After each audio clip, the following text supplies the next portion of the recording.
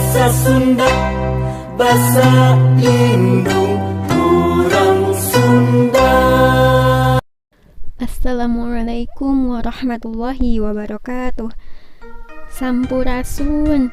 Mudah-mudahan sadayana dina siang ayeuna aya dina keadaan sehat walafiat.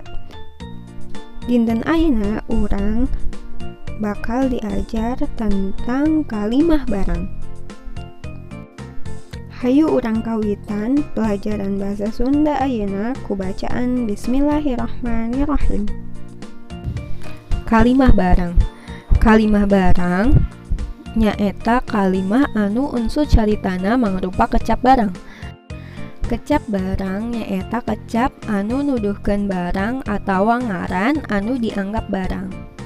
Jadi teman-teman, kalimah barang itu adalah kalimah yang di dalamnya terdapat unsur yang berupa kecap barang atau kata barang. Contohnya buku, ibu, bapak, kapal laut, kendaraan, dan lain sebagainya.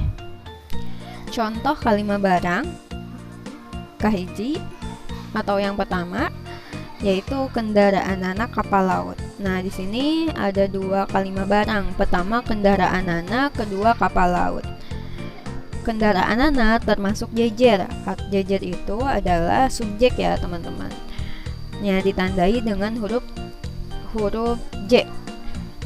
Kapal laut termasuk kalimah barang juga dia, tapi caritaan ditandai dengan C. Nah, itu kalau caritaan termasuk ke dalam predikat. Oke, contoh yang kedua yaitu kang ganda oge lanceukna. Nah, di sini ada dua kalimah barang juga, ada kang ganda dan lanceukna. Kang ganda termasuk jejer atau subjek. Lanceukna termasuk ceritaan atau predikat.